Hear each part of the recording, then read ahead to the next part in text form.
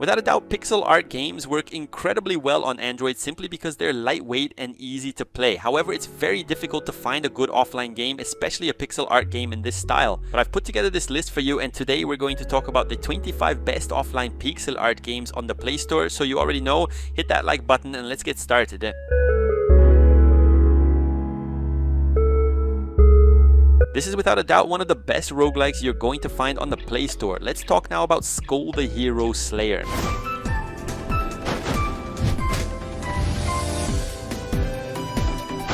The game's story completely flips the usual perspective. In this game, you play as a skeleton, one of the weakest members of the Demon King's army, and the only survivor after an invasion by humans. So now it's up to you to rescue all of your demon friends from the human kingdom. The game also has a really good combat system, and that's one of the main reasons it's so popular. But I think one of the game's biggest features is the fact that you can change your character's head and completely change the way he plays. Besides that, the game has themed heads such as Kratos or Dante, which makes everything even better. Another game from our list that's really hidden on the Play Store, and you probably won't hear anyone talking about it, but let's talk about Ultimate Reality.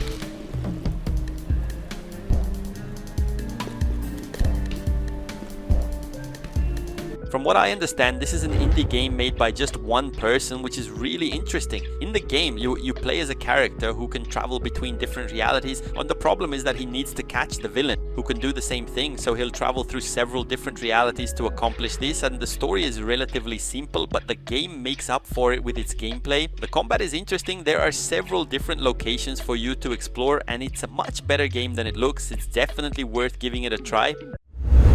This is a port that came to Android last year. Of course, it didn't become a big success, but let's talk about it anyway. This is Wall World.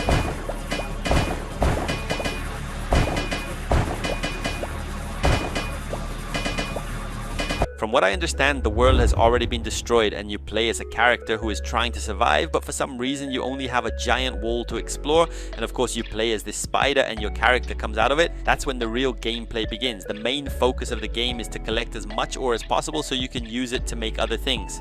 But I can say that the game goes far beyond that. It's almost like an endless sandbox game. Of course, you can move through all the different maps and go up and down the wall as much as you want, as long as you complete your objective of collecting as much ore as possible. I honestly ended up really enjoying this game, and that's saying something because I'm not even a big fan of the RPG genre. Let's talk now about WARGROOVE 2 Pocket. Hold still!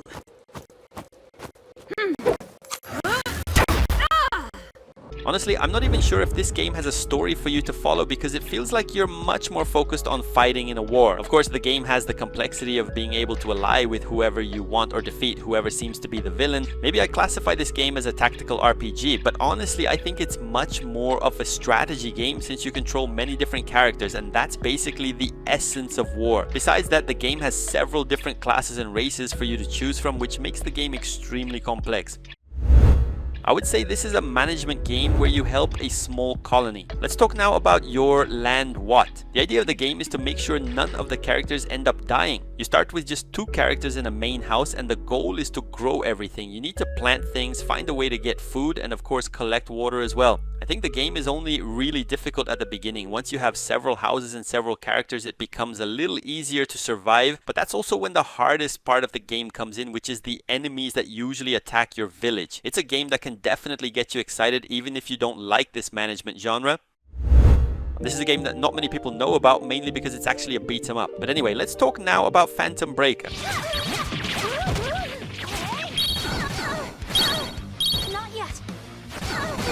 After doing some research, I found out that this game is actually based on an anime, although honestly I've never even watched it. The game has 4 main characters for you to choose from, and there really isn't much else to say. The game is basically about walking to the right, defeating as many enemies as you can, and of course collecting lots of coins. Unlike other games, there's no RPG system, character progression, or anything like that. It's just a classic beat 'em up. However, there's one thing that's definitely worth mentioning. You can play this game cooperatively with up to 4 people. I honestly love the gameplay of this game. The combat system is really well made. Let's talk now about PLATYGUARD.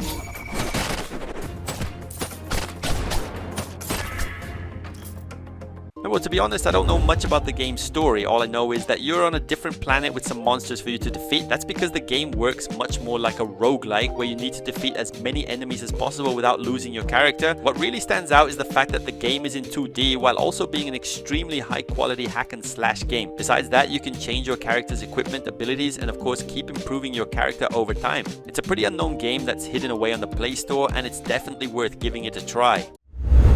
It's crazy to think that this game is actually an RPG, but let's talk about it anyway. This is Raging Bites. The game has an interesting story. Your character wakes up in an abandoned hospital and discovers that he's in the middle of a zombie invasion. After that, he starts looking for his wife, basically searching for his lost family in the middle of all of this. Graphically, it's really good, and its gameplay is very similar to older RPGs. It really is an RPG in the most old school way possible, man. And of course, besides that, there's a good story, several different locations for you to explore, and plenty of NPCs for you to talk to. It's an extremely well-made game. This is a new game that was recently released on the Play Store, and I think its graphics look beautiful. Let's talk now about RAYADILLO Mobile.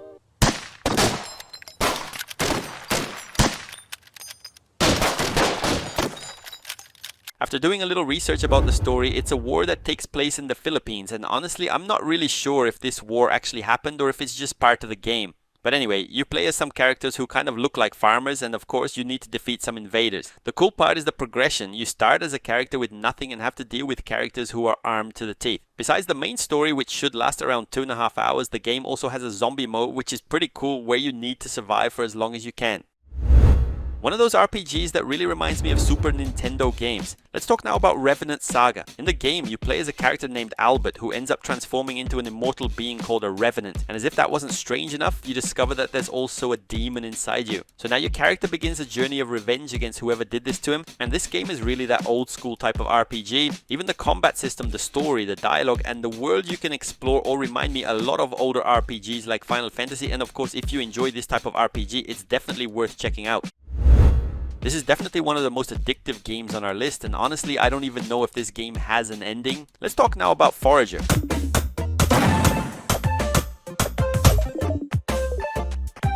Forager was a port that came out a long time ago, back when it wasn't even famous. The goal of the game is to progress as much as you possibly can. So when you start, you only have a small square of land. You collect wood, collect stone, and use them to make other things. But that's where the game really starts getting more complicated, or maybe even better, because you can unlock other areas as well. And the game is basically endless. You can unlock a gigantic map just by playing. And of course, what starts out simple, like collecting stone and wood, eventually becomes much more complicated with millions of different items you can craft. But honestly, that's definitely the best part of the game.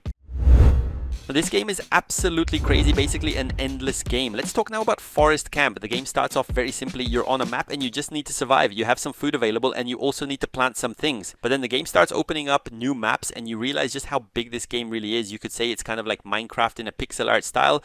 But here's where things get interesting, because it's extremely difficult. Whether it's the monsters that will probably kill you quite a few times in this game, or even its survival system, which is much more complicated than usual. If you like Minecraft style games, you need to give this game a try. Green Project is a game you won't find on the Play Store, but it's not difficult to find outside of it. Let's talk now about Green Project.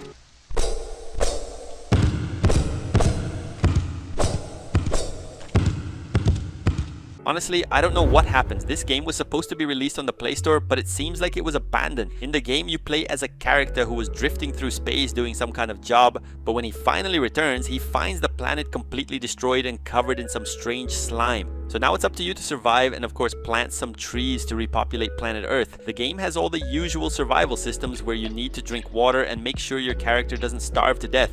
But without a doubt, the terraforming aspect is one of the best parts. MANGAVANIA is a very old game on the Play Store, but it usually ends up showing up, so let's talk about it now because it deserves it.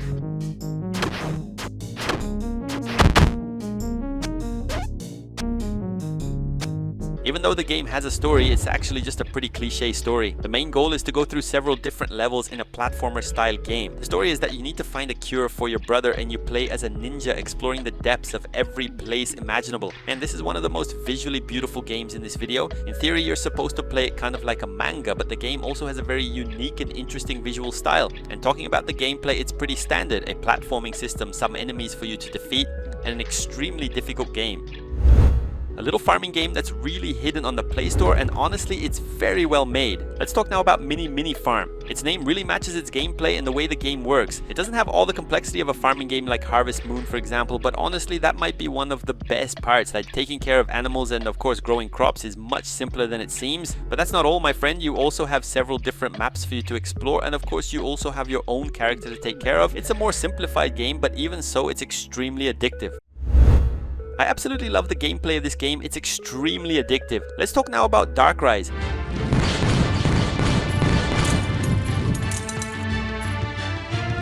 The game gives you 3 classes to choose from, which are the characters in the game, and it's very important that you choose either the archer or the mage because they're the best. After that, the game takes on more of a roguelike format where you need to defeat as many enemies as possible. The best part is definitely the gameplay. For some reason, it's really fun to keep killing NPCs in this game, and of course you also have the equipment system, which is extremely complex, allowing you to build your character however you want. Besides that, there are maps where you can buy items and upgrade your character. It's a very well made RPG. This is the craziest game you're going to find on this list, and I don't even know what category to put it in. Let's talk now about Despot's game. Maybe it's just a strategy game, since in this game you're going to build as many characters as possible to defeat the enemies. So as you're coming from the left side, you build your characters, you have equipment to put on them, and you can even combine them in many different ways. Then enemies will come from the right side, usually different types of monsters, and your characters always need to defeat them. One of the main features is definitely the customization of the characters. You can give them weapons and combine them to see exactly what comes out, and like I said, it's pretty crazy but also really addictive. This is a very different horror game from the usual ones with a really well made story. Let's talk now about DISTRAINT.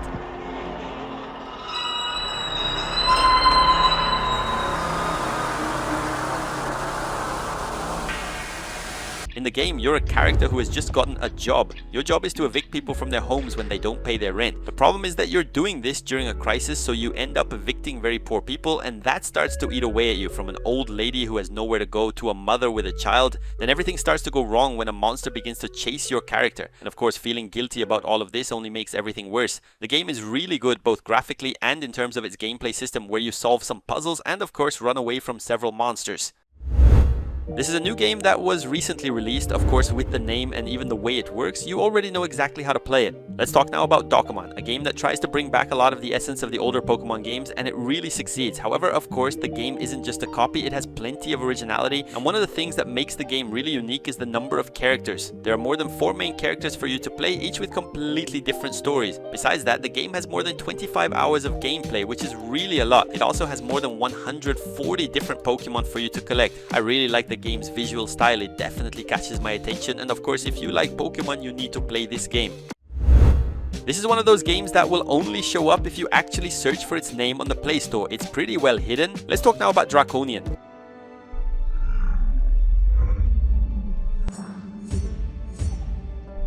The game has a pretty complete story, but it's worth remembering that it lasts around 3 hours if you're not very good, which is relatively short. You start playing as a child, you have a girlfriend, a happy family, and you live in a peaceful village. However, some bandits eventually arrive, raid everything, kill your family, and leave everything destroyed. A few years pass, and your character is now an adult seeking revenge because of those bandits. The game has an interesting combat system, several different areas for you to explore, and also a finishing system that I would give a 10 out of 10.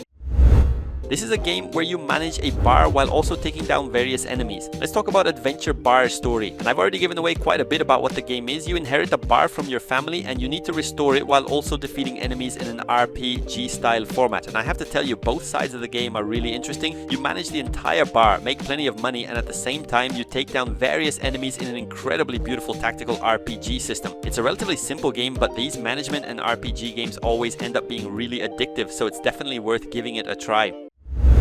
Imo, I ended up showing this game to a Zelda addict and he told me it's basically Zelda.